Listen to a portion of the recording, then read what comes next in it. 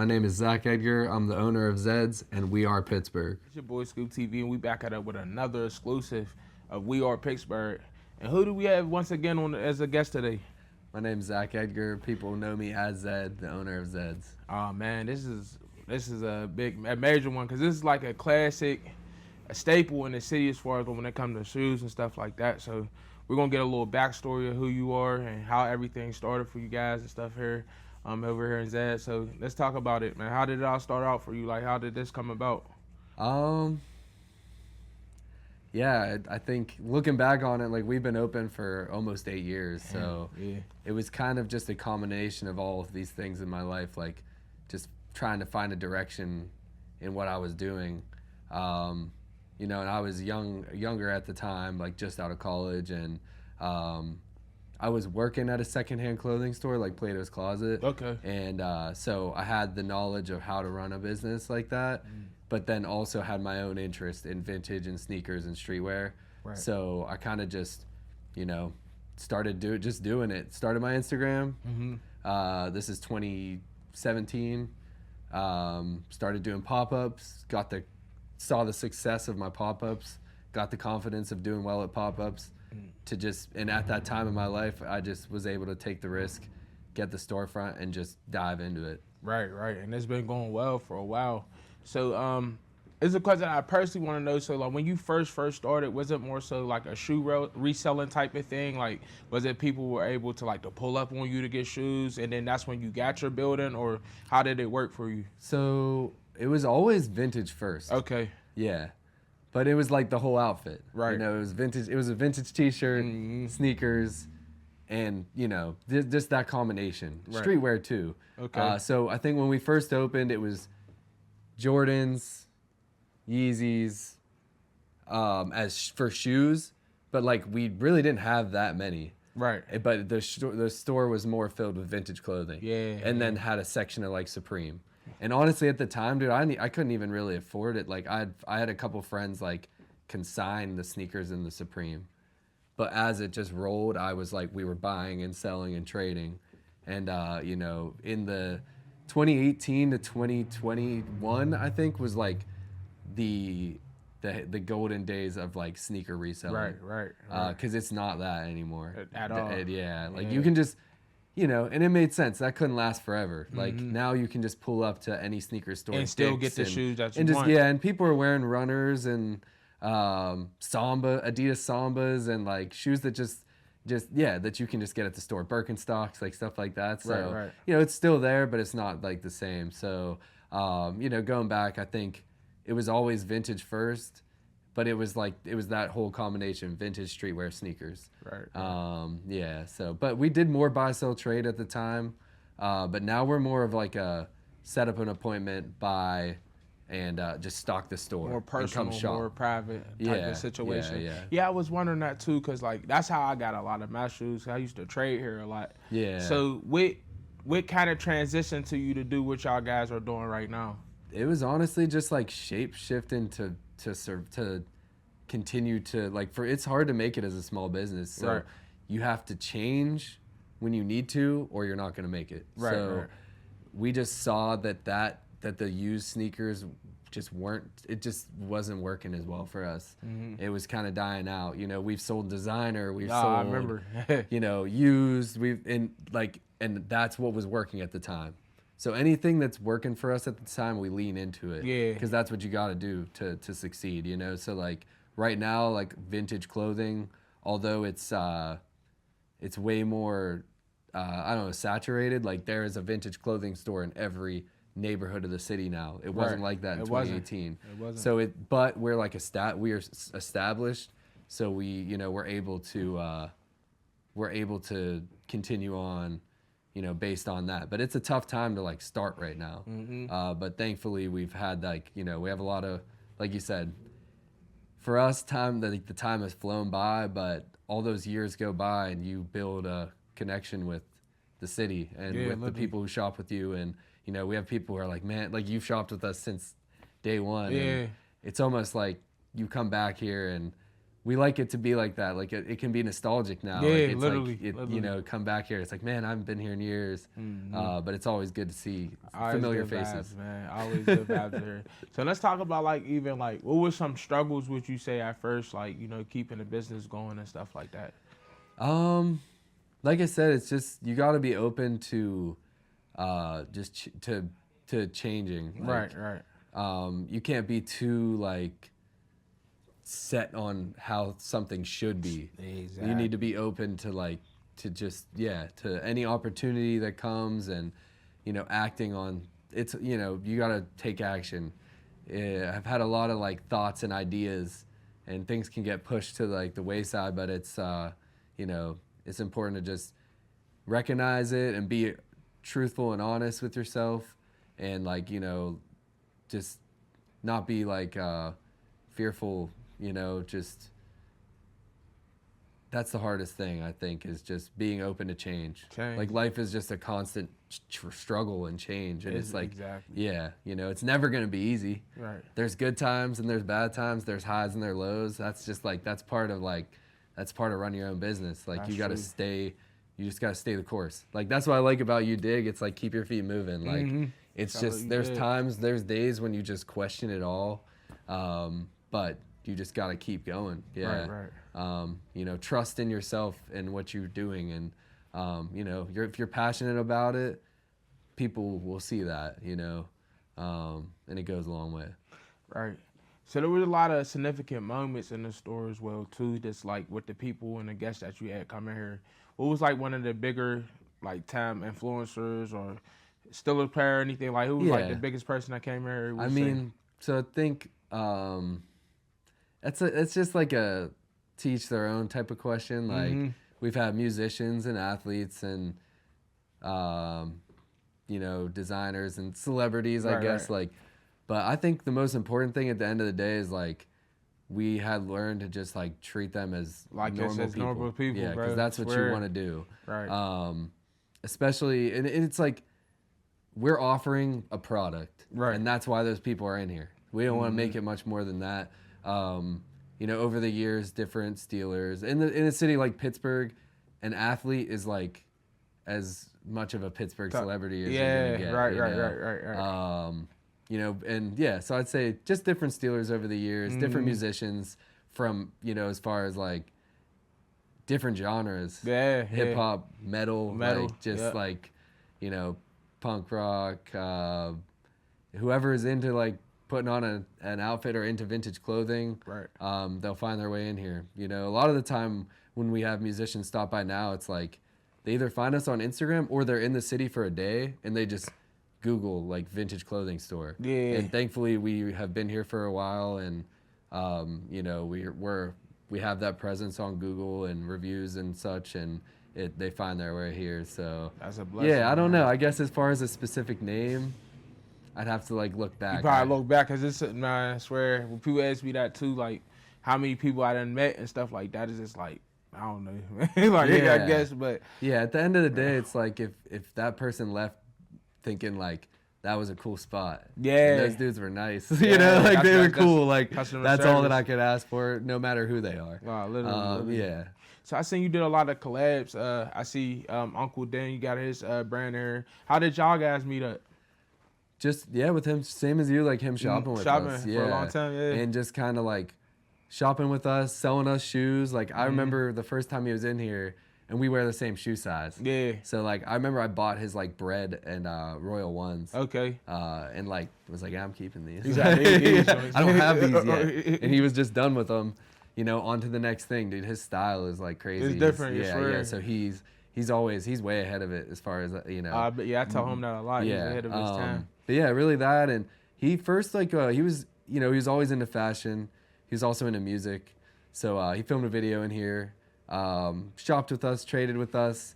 And then when he started doing his own thing, I would just like rock his hats. I was like, these are sick. And then he's like, you know, we should work together. And I think it just kind of, it went from there, just organic. Like he just pulls up and we just, a lot of the time, like off the radar, it's not posted or anything. We just kick it and just talk about life. Good people, bro. Swear. So the shoe store. So you in the shoes. We're gonna ask you this: what is your top 5 retro Jordans? Yeah, there's years go by. It's like, I'm not even. It's not even. I guess what's popular at the time. It's like what means something Person to to me. you, Yeah. So, top 5, like in order. No order. You can No put- order. Yeah, yeah. Okay. For Jordans. Okay, that's pretty easy though. Ones, Okay. easy. Classic colorways. Yeah. Though. They started doing too much. They start doing a lot, Yeah. bro. Yeah. Threes For for sure. sure. Threes to me meant like the white cements in 2010. Like Oh, man, I was, the you know, quality of classic. it. Like got those because I couldn't at the time, but now I can. Right, know, right. like, and then fours. 4s for sure. Yeah, ones, threes, fours. Let me ask you this. My bad to cut you off. Do you like the new suede? Do you like the older suede 4s, bread 4s, or how this new leather look? I didn't know how I felt about it at first. Nah, always the class. You Always feel what's me? original. The reimagines I don't really like as much. Yeah. Even like the white cement fours that just came out, the 2016 pair is superior. Right, The right. black cement threes, 2018 pair, Exactly. way better. Yeah. Exactly. So same with the ones. They redid the shatter backboards. Mm-hmm. The Yeah, bro, them 2015 is sitting shatter around, boards bro. were It's crazy. which is wild. I was like, what? And dude, but I like never was like a as much of a Jordan, like a hoop shoe Jordan. Yeah. I mean, I'll throw 8 out there because I always like Aqua 8s. I love Aqua 8s. But I don't really like the new Aqua 8s. Yeah. It's weird. Maybe that's just me being like an old head, like an older-ish head, I Right, guess, right, as far right. as that goes. And then maybe throw I'm more. I guess I'm more like I'm looking at what's in my in my collection. Ones, threes, fours. I have a lot of dunks. Oh yeah, yeah. Big on like SBs.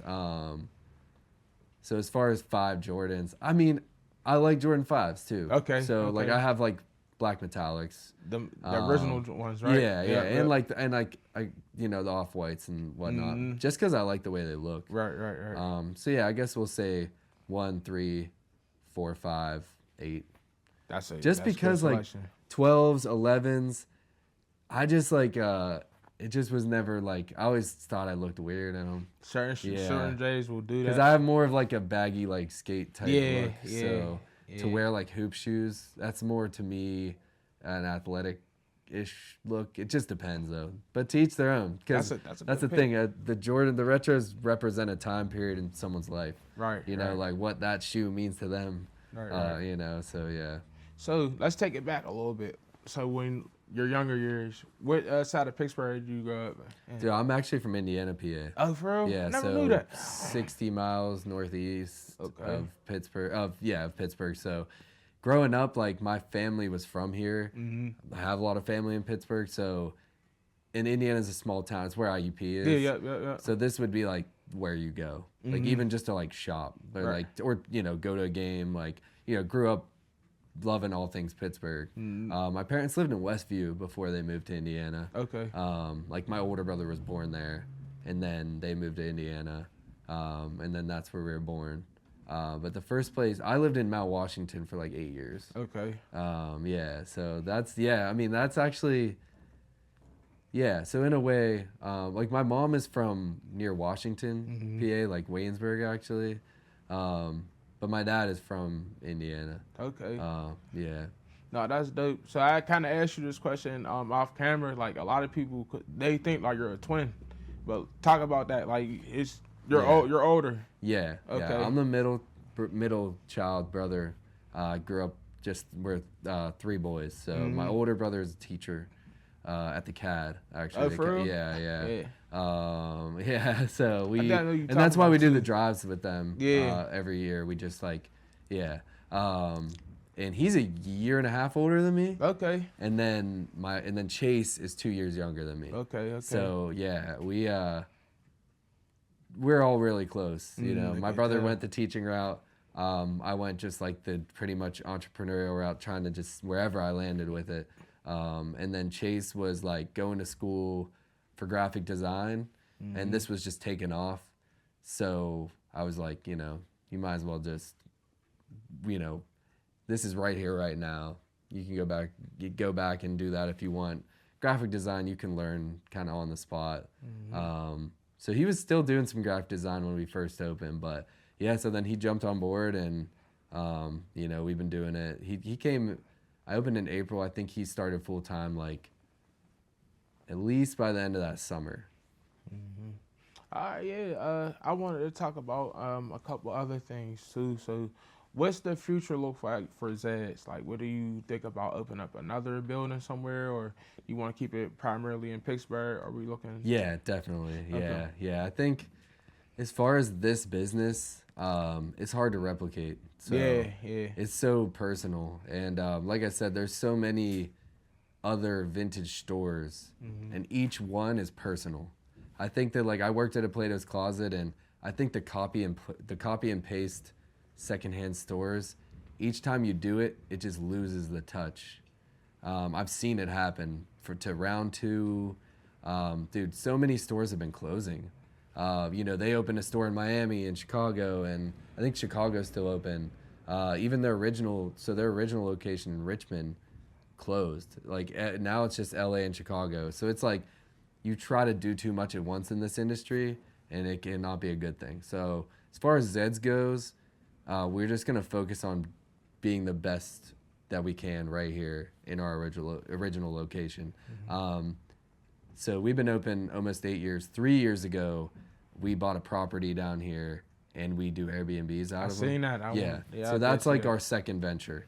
You know, just like trying to put our eggs in different baskets, and you know, that's I think pouring ourselves into this, and then you know delving into like some other ventures. Right. Where is the Airbnbs located at too? I was actually looking through them. Yeah, it's like 5 doors down. Oh, they're around here. Okay, right that's next good. to the dispensary. Yeah. Oh yeah. So Chase and I manage the shop, and then Steve, who works there, he's like pivotal in what we do. Like he is like really has a pulse on like, you know, everything that sells. Most importantly is like being at the counter and seeing what sells every day. Right. And then doing more of that, you know, like on a day-to-day basis. So, and that goes back to like how the sneaker thing kind of slowed down for us. Like it was slowing down, and we noticed that, and then you just got to do what works for you. But so Chase and I are like managing the Airbnbs. We do laundry every hour on the hour between 12 and 7. So like, you know, so him and I kind of go back and forth, run it, you know, being here, going next door, whether it's clothes or like bedding, towels, just figuring out the business of it's a lot of work doing Airbnbs, dude. I've looked into having people clean it, and it's expensive, and we'd be making nothing on it pretty much. So it's like we do it all ourselves. So same thing, kind of like this, like you just figure it out as you go. Right. But that was one that was like, I don't know. It was harder than I expected for sure. Right. I was gonna say, so you have a lot of good pieces there. What was like the most valuable piece that you got since you've been doing Zeds? Like what's something like you like was what's the highest like price? Maybe the highest price or something that was like real detrimental to you. Like so like I think the highest price point item we sold was like $2,500. We sold Complex Con Off-White Air Force Ones. Oh yeah. Next to that was like $2,000. We sold the Chicago Off-White ones. Oh yeah. Other than that, like, you know, rap tees, music tees that are like $500. The Snow Beach is like $1,500. Oh yeah, I was looking at that. Yeah. What can you tell us a little bit about? Yeah, dude, about I mean, that's like for the culture. Like that is like, you know, the combination of hip hop and clothing. Like Raekwon rocking the Snow Beach. Right. That's like one of those like. One of those items that, that's a 1992 Ralph Lauren Snow Beach jacket. Yeah, that's heat. That's heat. So that's you know, and that's a big part of like fashion is like people wear an item. Travis Scott wears a Harley t-shirt, and now it's worth this much. Right. That's just like influence, you know, like the influence. But that's been happening for like forever. You know, you think of like Run DMC and Adidas, and just, you know, just it's that mix of you know, I think that's what also I love about it too. I've always been into music and clothing and like how those worlds collide. Right. That's dope. So I know you're interested in the J's. I know you know a lot about Jordans and stuff like that. So when you were doing the U's, How many times did you really run into like fakes or something like that? And what's like some main things you could spot on a fake? Because I always wanted to know that. Yeah, it just comes with like repetition. Okay. Just like anything else. Yeah. Like, we've got. Yeah, it takes getting got and Yeah. learning from it.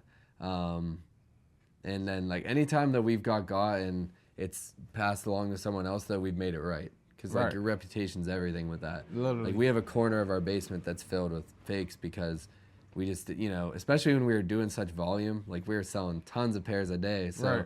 one's going to slip through the cracks. Always. Yeah, so, but it's the look. Also, trusted seller, like knowing where it came from. Then when you get the shoe, the box, the labels, the fonts, the stickers, the weight of the shoe, the stitching on the shoe, there's different things to look at. But pretty much the manufacturing. Compared to another one, that was always the easiest. It's like, okay, I have one that has been confirmed authentic right here. Let me look at this side by side. Yeah. How do you guys handle like an upset customer, Evan? Like I know being in this Just industry, being you probably, chill. yeah. De-escalating it, just not letting it get hot. Yeah, not perfect by any means. Like, but that's just pretty much.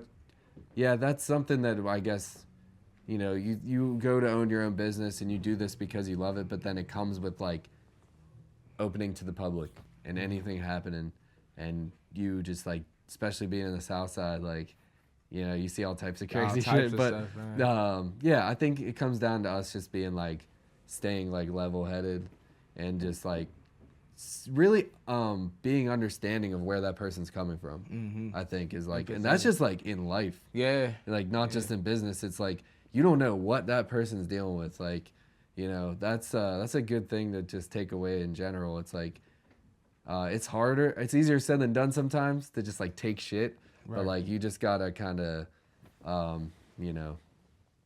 think that's it. Just understanding that we're all human out here. Nah, that's real, man. I just want to say thank you for getting on our platform, and let them know where they can follow you on like the socials and media. Yeah. And stuff Shop Zeds on everything. On everything. Yeah, but besides TikTok, bro, I gotta get back on there. I got signed out and I cannot get back in, dude. Yeah, that's right. But the thing is I'm a little bit like older, and like TikTok is a great tool that I don't really like using it myself. Right. I'm in a point in my life where I'm running a business. I have kids. Like I have a family. I also want to like maintain my mental health. Like right. I'm like trying to be on the like less apps than anything. Yeah. So like Instagram has worked for us. It's worked for us for years. I just focus on that. I really should like probably hire someone to do our TikTok. Yeah. And maybe I will. But for now, Shop Zeds. Mostly Right. on Instagram. It's connected to Facebook, so it goes to Facebook too, but yeah. All right, man.